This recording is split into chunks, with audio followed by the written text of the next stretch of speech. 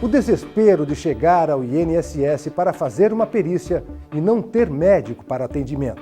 Tem que vir diversas vezes. Cada mês indo lá, despesa, né? No sul do país, peritos do INSS fraudavam o ponto para trabalhar em outros hospitais. Eles foram denunciados e condenados. O drama de investir todas as economias na casa própria e descobrir que ela foi construída em área de várzea, onde sempre tem enchente. Pensa, você está dentro da sua casa e quando você abre a porta, a água invade a sua casa. Hack, a gente jogou tudo fora, computador, foi tudo pro lixo. Em São Paulo, a construtora e o banco que financiou as obras de um conjunto habitacional foram condenados. Decepção. Chegar ao último semestre da faculdade e reprovar em uma das matérias. Corre risco de, ao final do ano desse ano, que seria quando eu estivesse me formando no oitavo semestre, eu não conseguisse formar junto com quem não tem nenhuma dependência, não conseguisse colar grau com a turma. Em Goiás, uma faculdade não aceitou o pedido de um estudante para fazer uma dependência no mesmo ano letivo. Ele estava prestes a se formar. O que aconteceu? Veja agora, no Via Legal.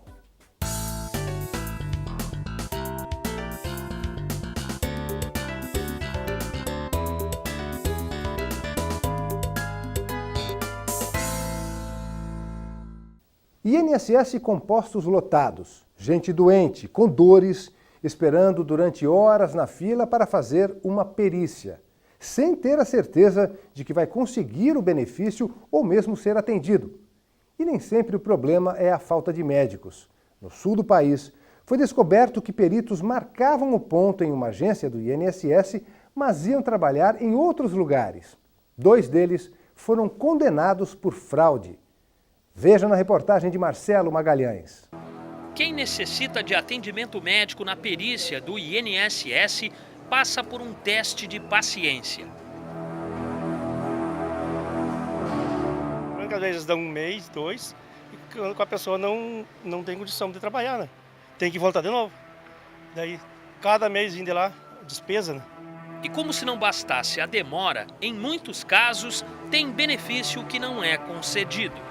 Depois que fica com as pernas assim, que não vou caminhar hoje, primeiro dia.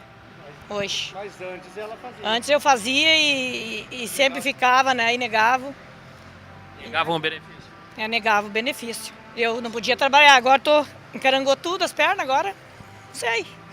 Não posso mais trabalhar, fazer o quê, né?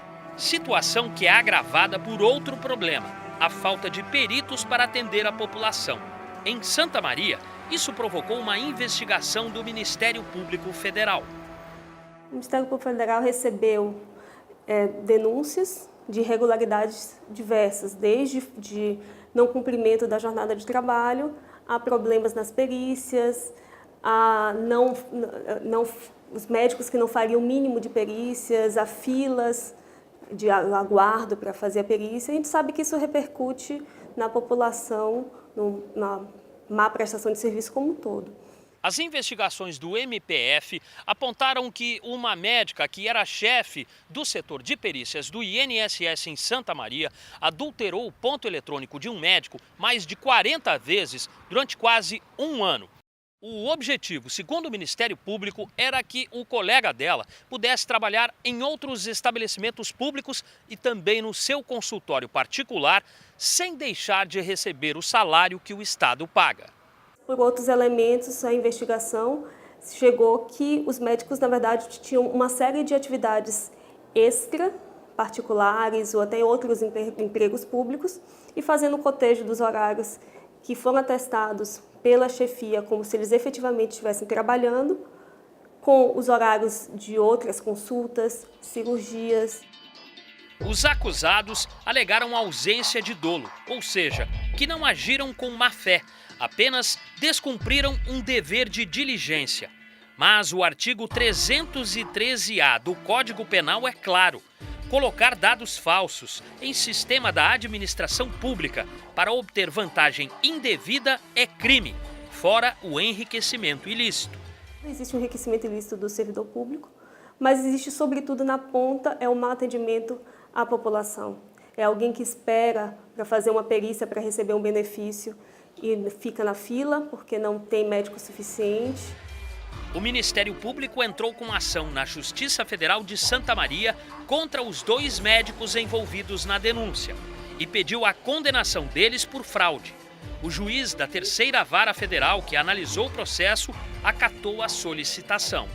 A denúncia é prejuízo ao serviço público, né, que se verifica no momento em que o segurado vai buscar um atendimento, né, que ele precisa fazer aquela perícia que é indispensável para um benefício como auxílio-doença, como aposentadoria por invalidez, e eventualmente esse serviço está deficitário por falta de médicos. E por que falta de médico? Porque o médico está atuando naquele horário que deveria estar atuando ali, está atendendo no seu consultório particular ou em outra atividade que lhe seja mais interessante financeiramente.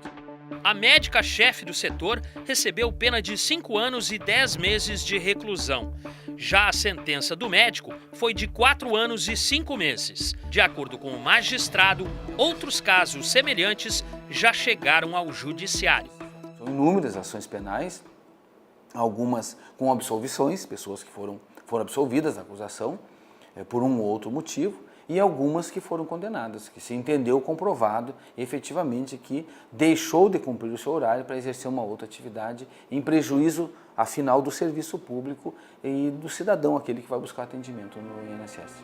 Os profissionais condenados ainda podem recorrer da decisão.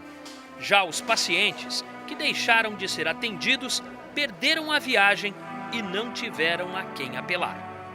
Quando a gente agendaria para Júlio Castilho, muitas vezes perdia a viagem, porque chegava lá, os médicos não tinham ido de Santa Maria a Júlio Castilho. Aí perdia a viagem, né? O cara tinha que ir de novo, outro dia, marcar, né? Fazer o quê, né? Mas tem que procurar os direitos, né?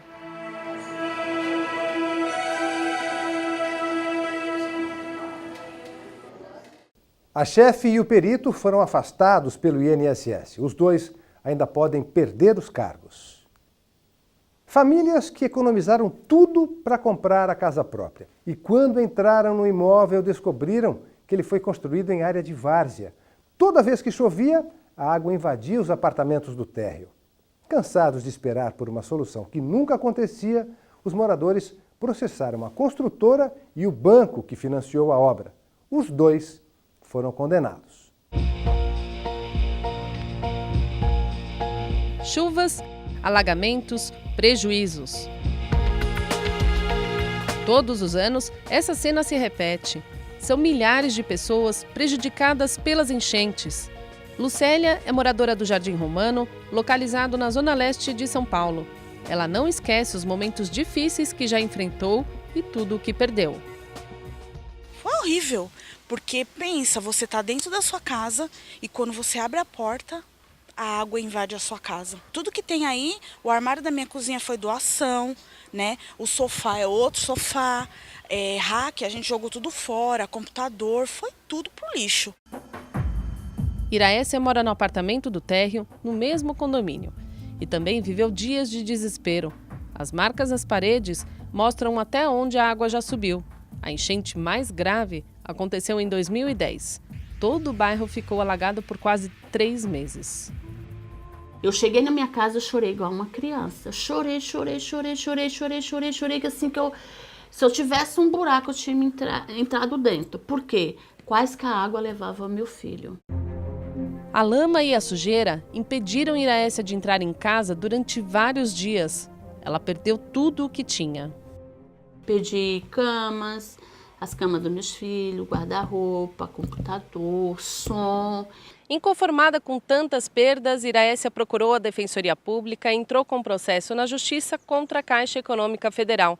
Ela pediu ressarcimento por danos morais, materiais e também para que a construtora seja responsabilizada por não ter feito obras contra os alagamentos frequentes aqui na região. Nesse processo especificamente, a gente havia pedido a condenação do município de São Paulo e da Caixa Econômica Federal por responsabilizá-los pelos danos que as pessoas que moravam no imóvel sofreram, de perda de bens, né, eletrodomésticos, roupas, mobiliário, enfim. Os danos morais que essas pessoas sofreram por conta de toda essa situação. O caso foi julgado na primeira instância, que atendeu ao pedido da enfermeira.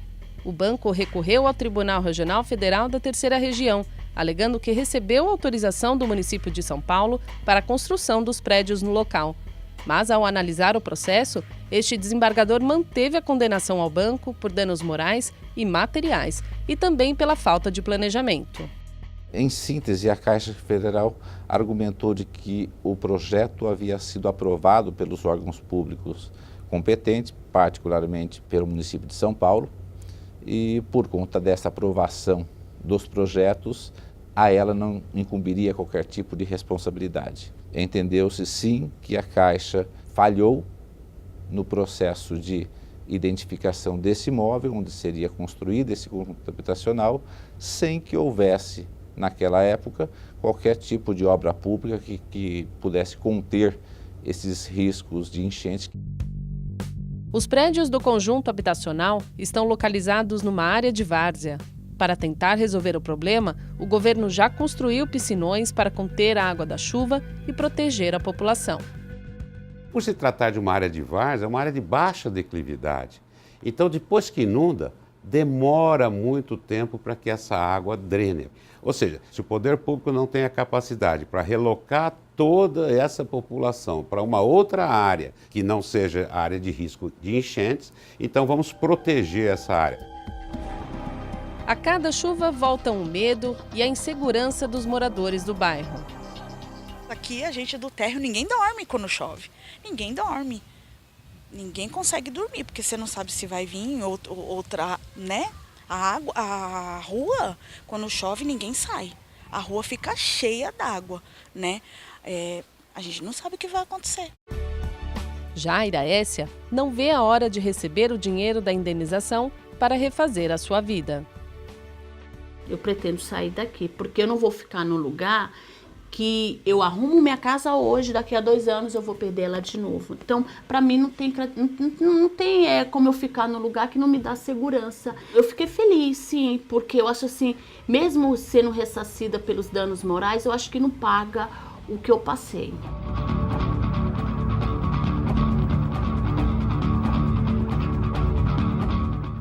Estudar 4 anos de faculdade e no último semestre reprovar em uma das matérias. Aí não tem jeito, né? O aluno tem que adiar o sonho da formatura. Isso aconteceu em Goiás, mas com um estudante de EAD, ensino à distância. E quando ele foi se matricular para fazer a matéria novamente, descobriu que a faculdade só teria disciplina no ano seguinte. Inconformado com a demora, ele procurou a justiça e conseguiu o direito de antecipar as aulas. Passar no vestibular e entrar na universidade já é uma conquista. Mas para ter uma vida profissional de sucesso, isso não basta. É preciso concluir o curso, que é um outro desafio. Na reta final, qualquer descuido ou problema pode adiar os planos de ter em mãos o diploma. Um receio que o Flávio, estudante de jornalismo, tem. Prestes a se formar, ele teme não conseguir colar grau no final do ano como está previsto.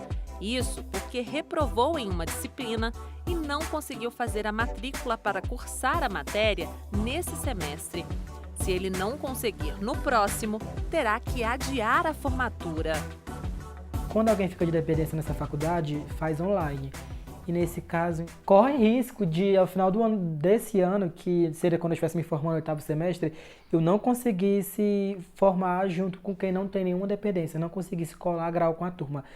Eu entregaria o TCC, mas eu não colaria grau e ficaria empenhorado. Ou seja, eu formaria um semestre depois, mesmo entregando meu TCC por conta dessa matéria. Situação parecida com a de um aluno do Goiás. No final do curso de Gestão de Sistemas de Informação, ele não conseguiu fazer a matrícula em uma disciplina em que havia reprovado. A faculdade não aceitou o pedido do estudante para fazer a matéria no semestre letivo e disse que ele teria que aguardar mais um semestre, o que adiaria a formatura. Inconformado, ele recorreu à justiça para tentar resolver o problema. Em primeira instância, a instituição de ensino alegou que o pedido do estudante não seguiu as normas internas e que o atraso no curso é de responsabilidade do aluno. Mas a justiça entendeu que a faculdade não poderia negar a matrícula do estudante, já que no manual do aluno, a instituição diz que as disciplinas perdidas serão oferecidas semestralmente. O caso foi parar no Tribunal Regional Federal da 1ª Região em Brasília. Ao analisar o processo, a 6ª turma do TRF1 decidiu manter a decisão de 1º grau, por não considerar razoável que o aluno tivesse que esperar o ano seguinte para colar grau, já que a matéria poderia ser feita na modalidade à distância. Como explica esse especialista em direito educacional? A relação entre um estudante, principalmente de uma instituição particular, privada, ela é uma relação contratual. Então, assim, obrigar que um aluno espere por mais um semestre ou um ano para poder cursar uma matéria, isso é considerado desproporcional, porque tem portaria do MEC que diz que as matérias de um determinado curso têm que ser ofertado todo semestre até que aquele módulo se conclua, né? A vice-presidente da Associação Nacional das Universidades Particulares não concorda com a postura da instituição em negar a matrícula do estudante e diz que, nesses casos, é preciso buscar uma solução para que o aluno não seja prejudicado.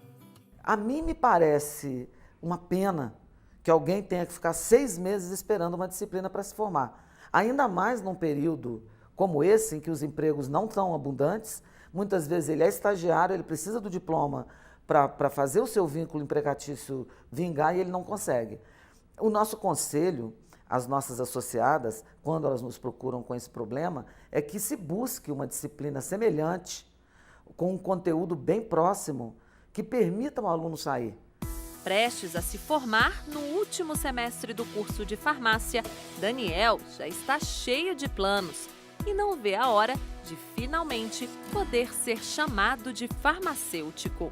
E a expectativa está grande, na verdade. Eu estou esperando muito terminar logo o curso para poder estudar para concursos, para poder me preparar para a residência multidisciplinar que o Hospital Universitário de Brasília oferece e também a Secretaria de Saúde. E ele não quer nem pensar na possibilidade de, por algum problema, ter que adiar os projetos. Nossa, ia atrasar toda a minha vida, na verdade. Ele ainda reforça que quanto mais rápido tiver o diploma em mãos, melhor. Quanto antes, melhor.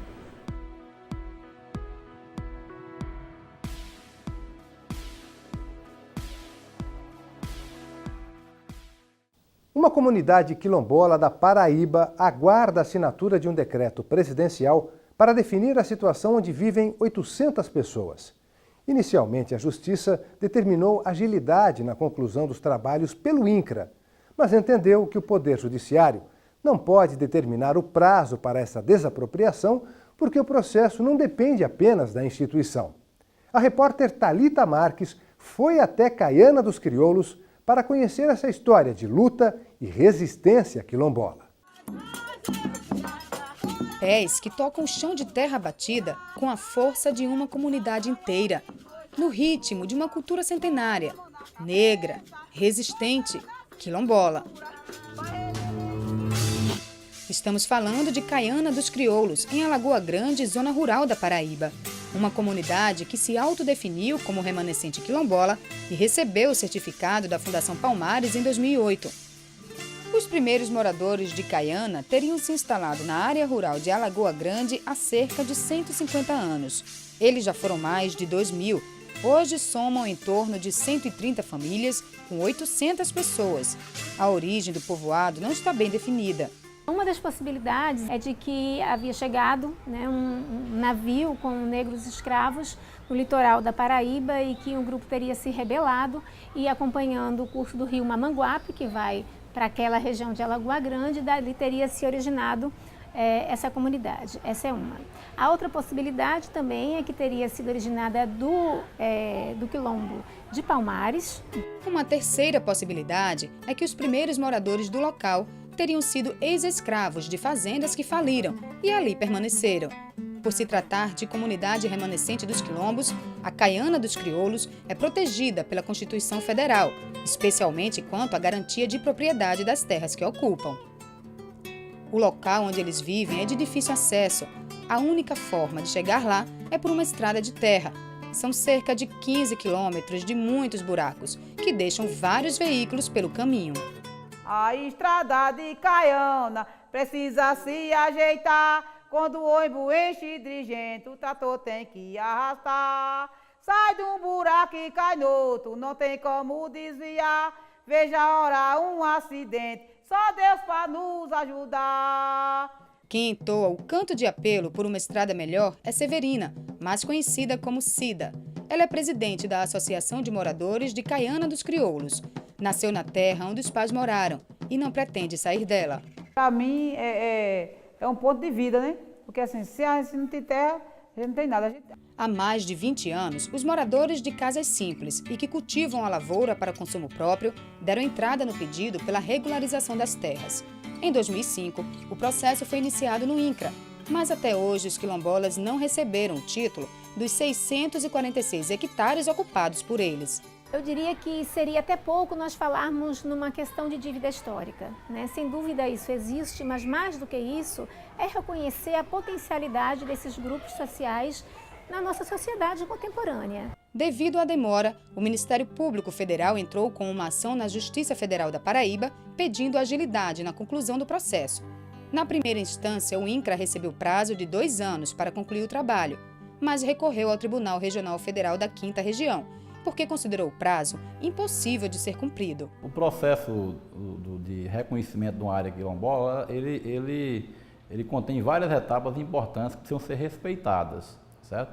A gente precisa considerar que nesses últimos 10 anos a legislação aí mudou muito. Então, o INCRA tem um cuidado, um zelo muito grande nesse sentido, para que a gente construa um relatório que ele não seja contestado de forma incisiva lá na frente, né? Ou que a instituição tenha argumentos para se colocar na defesa dos quilombolas. Nesse período, um dos proprietários das terras teria impedido a comunidade de cultivar alimentos na área mais produtiva e arrendou parte do terreno para a criação de gado. Os quilombolas que vivem do que plantam sentiram na mesa a escassez da comida. Onde a gente vive aqui, no mesmo setor, planta, mas é assim, é muito pouco, não dá para sobreviver. A área de Caiana dos Crioulos já foi reconhecida pelo governo federal como terras de comunidade remanescente quilombola. Agora, o povoado aguarda a assinatura do presidente da República do decreto que declara a região como área de interesse social para fins de desapropriação. A partir daí, o INCRA volta a Caiana dos Crioulos para fazer uma avaliação das terras e definir o valor da propriedade. Com o processo judicial em andamento, a desapropriação pode acontecer a qualquer hora. Por isso, ainda não é possível dizer um prazo para que tudo seja passado para o nome da comunidade. A gente não tem domínio sobre esse prazo especificamente, tá? Mas o que a gente pode assegurar é que a instituição vai trabalhar para que a gente possa ter a maior celeridade possível. E como o processo foi muito bem montado na primeira fase, nós teremos certamente um prazo um pouco mais tranquilo quando chegar na esfera judicial. O processo judicial pode demorar mais do que o previsto se houver contestações. Geralmente há uma contestação dos proprietários, geralmente é designada uma perícia judicial, para o juiz designar uma perícia para aferir o valor do mercado do imóvel. Depois a sentença vai definir por sentença, aí sujeito a recursos. Após análise da 2ª turma, o Tribunal Regional Federal da 5ª Região excluiu o prazo de 2 anos dado ao INCRA para a conclusão do processo de titulação das terras. O relator entendeu que o andamento dos trabalhos não dependia apenas da instituição, que não era possível determinar um prazo devido aos trâmites legais que precisam ser cumpridos.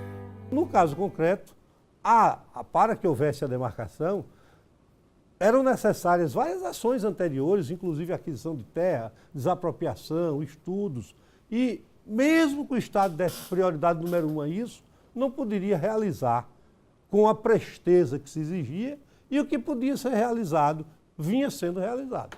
Daí porque a decisão entendeu que a ação era improcedente, porque não se podia constranger o administrador a eleger aquela prioridade e não outra, e ainda que elegesse aquela, a fazê-lo com o tempo que se postulava. Após toda a conclusão do processo judicial, com a definição do valor do imóvel, E com a transferência do domínio para o INCRA, aí sim que vai haver a titulação, no caso a titulação em nome da associação, né, quilombola.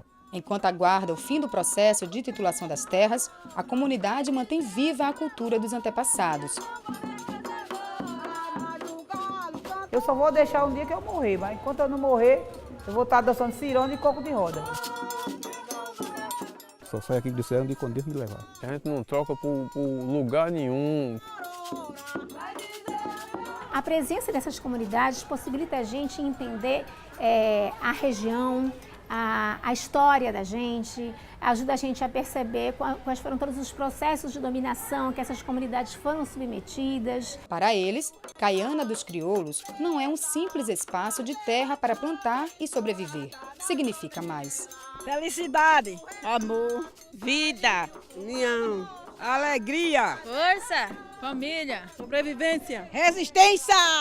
Eu tirei o retrato de Greta, mas ela estava escorada na janela.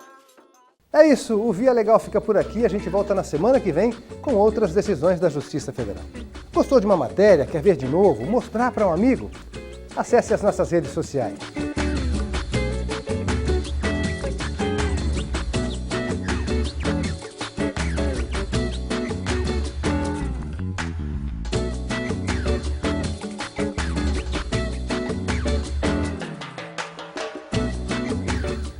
Curta, comente, compartilhe. Tchau!